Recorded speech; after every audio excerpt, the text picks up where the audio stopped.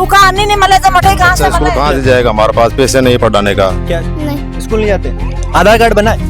नहीं आधार कार्ड नहीं बना। लोग अपने घर के अंदर दिए जलाने के लिए दिए के अंदर तेल नहीं मिल पा रहा है। थोड़ी ये तो बढ़िया मजदूरी करने को सब बच्चे बच्ची पे ध्यान रखते हैं, क्या करें। नमस्कार दोस्तों, आप देख रहे हैं द खटाखट और मैं आपका साथी निर्मल वैष्णव। दिवाली आ चुकी है और जैसा कि आप शहरों के अंदर देखते हो, बहुत सी रोशनी, चकाचौंध और लोग खरीदारी करते हुए और बहुत सी ऐसी गतिविधियां जो कि त्योहारों पर दिखती है। लेकिन ये क्या त्योहार गरीब और अमीर के लिए अंतर लाते हैं?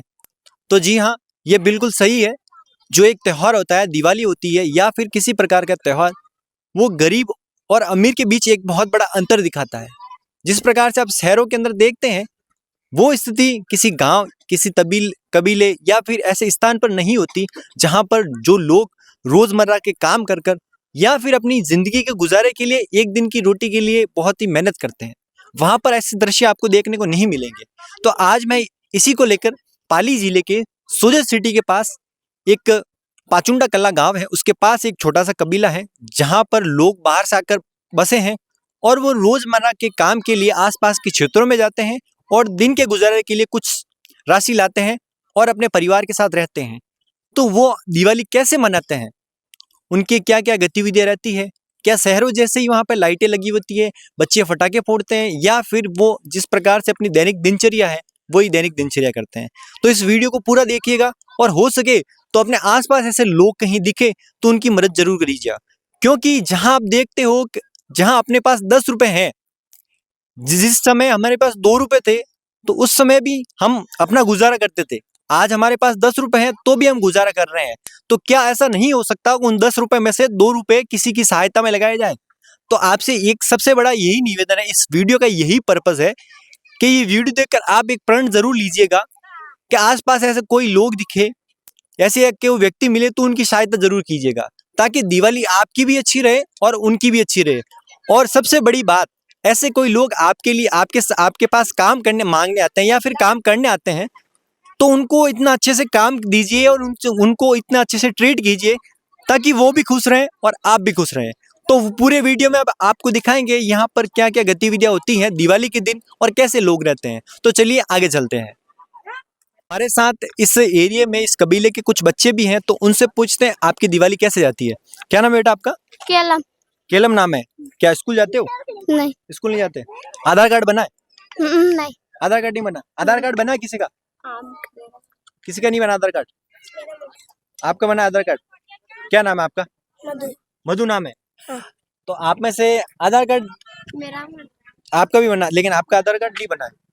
अच्छा, गेहूं मिलते हैं? सरकारी गेहूं मिलते हैं? वो भी नहीं मिलते। मिलते हैं सरकारी गेहूं?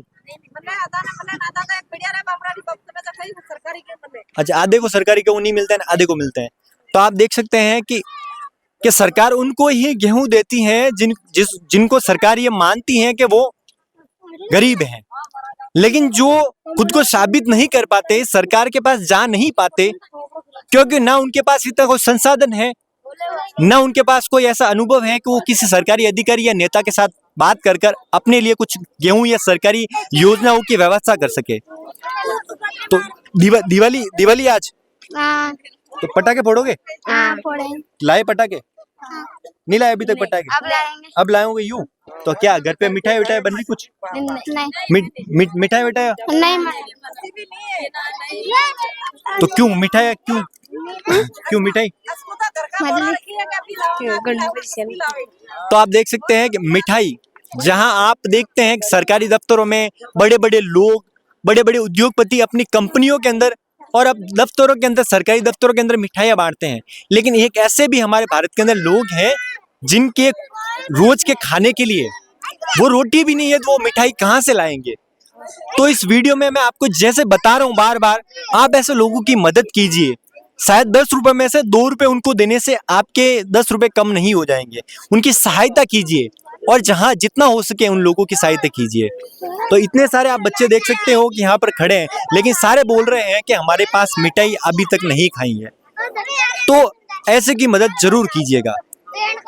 तो वैसे मिठाई विठाई बनाते हो घर पे या लाते हो? नहीं बना भैया, पेट भरने का बच्चा बच्ची है खिलावे बेटा। कहाँ से मले? क्या? सूखा अन्नी नहीं मले तो मठे कहाँ से मले? तो मिठाई विठाई तो सूखा आटा भी नहीं मिल रहा तो मिठाई कहाँ से लाए? मजदूरी करवे देखो नहीं, ये बढ़िया मजदूरी करने को सब बच्चे बच्ची पे ध्यान रखते हैं, हम क्या करें बेटा। तो इनका कहना है कि जो सूखा आटा है, जो आटा है वो भी हम नहीं ला पाते तो मिठाई की बहुत दूर की बात है।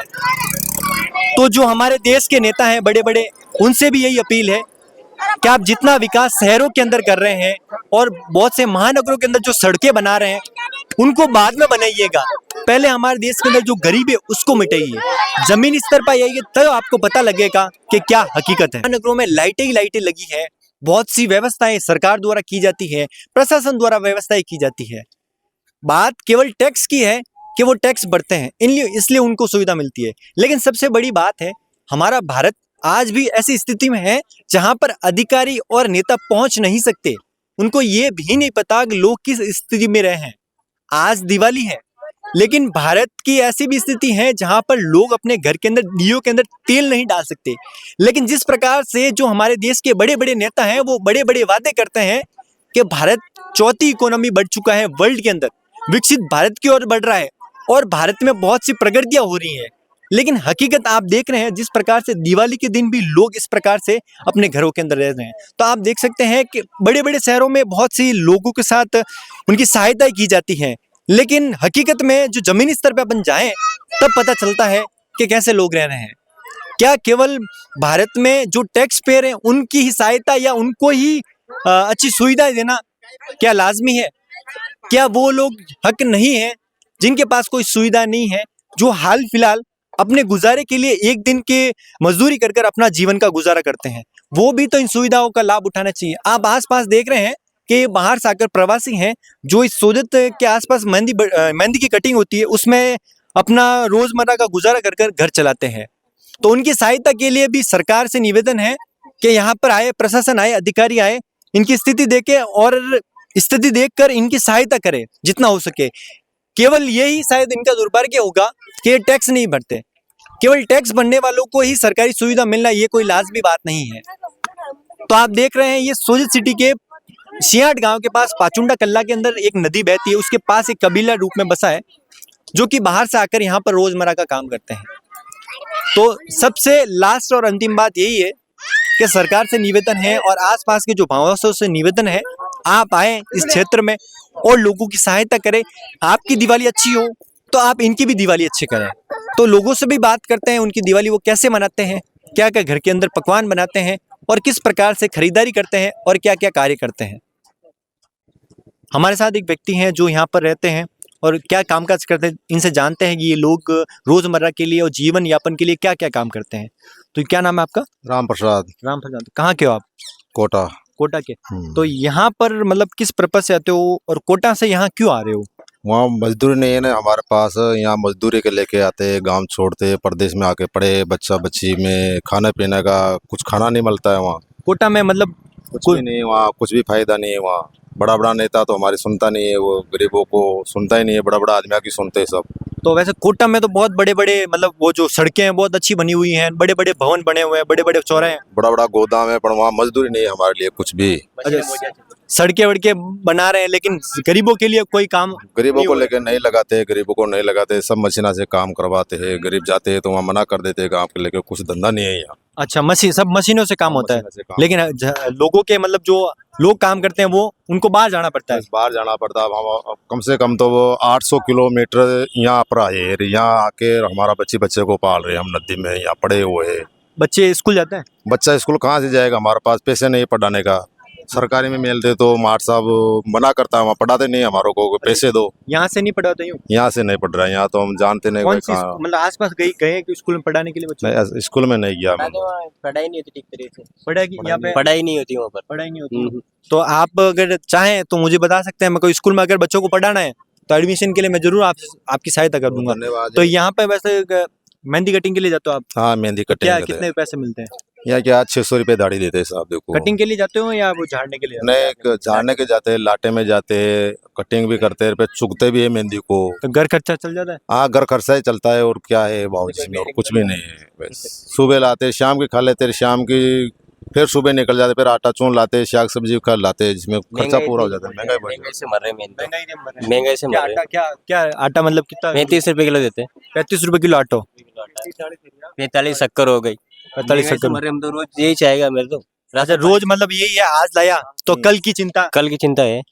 अब यहाँ कम से कम तो 1000 टापरिया, हमारे 1000 टापरिया के लेके कुछ भी सावधिया नहीं है। कुल मिला के सब व्यक्ति सब परेशान है, सब भूखे की मारी तरपड़े है कुल मिला के। अब ये तो नदी में पानी आ रहा है, इससे में हमारा नहाना धोना भी है, कुछ पीने में भी काम आ जाता है। अब नदी का पानी सूखता है, अब कुछ भी नहीं है।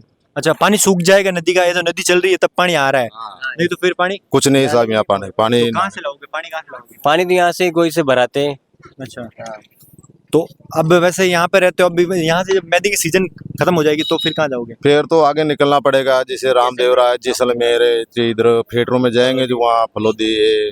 अच्छा, आप मतलब पूरा साल भर यही काम आता है जहाँ पर हाँ, मेहंदी मतलब जहाँ फसल आपको दिखती है यहाँ कटिंग होगी वहाँ चले जाओगे? बस वहाँ जाते हैं, क्या करें, हम मजदूर आदमी है, हमारे जो बड़े बड़े नेता जो सुनते नहीं, बड़ा बड़ा जो नेता। साल भर साल भर घर नहीं जाते, वापस घर नहीं जाते? नहीं जाते, मजबूरी। तो जिस प्रकार आप देख रहे हैं यहाँ पे लोग रह रहे हैं, उनकी कितनी बड़ी मजबूरी है, और इस मजबूरी के चक्कर में उनके खुद के बच्चे पढ़ नहीं पाते।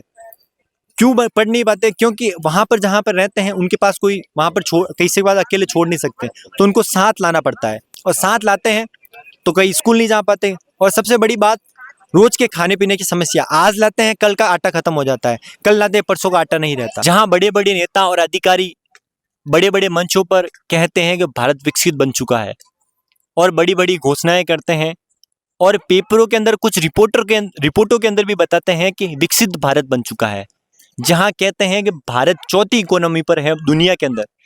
क्या ये चौथी इकोनॉमी का दृश्य है जिसमें आज दिवाली के दिन लोग अपने घर के अंदर दिए जलाने के लिए दिए के अंदर तेल नहीं मिल पा रहा है?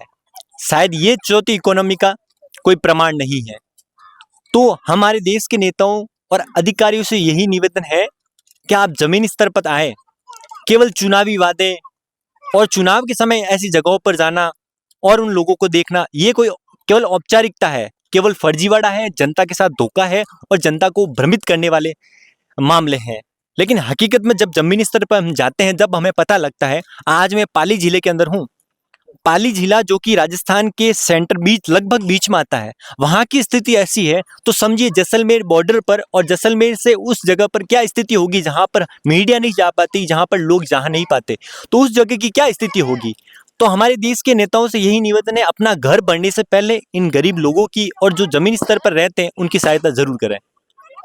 कोटा के सांसद हैं ओम बिरला, जिनको सब जानते हैं। कोटा के अंदर बहुत बहुत बड़ी बड़ी बिल्डिंगें, बहुत बड़ी बड़ी सड़कें, बड़े बड़े चौराहे बने हैं, लेकिन कोटा के आसपास के लोगों को वहां पर रोजगार नहीं मिल रहा। मशीनीकरण इतना हो गया है कि उन लोगों को दर दर की ठोकरें खानी पड़ रही है। ये बोल रहे हैं साल भर इनको हर जगह से जगह जाना पड़ रहा है। तो ओम बिरला जी से निवेदन है, जितनी आप सड़कें बना रहे हैं, जितने चौराहे बना रहे हैं, आपके लोगों के लिए कुछ भी कीजिए। जो गरीब लोग हैं आपके कोटा शहर के आसपास या कोटा लोकसभा में, उनके लिए भी तो कुछ कीजिए।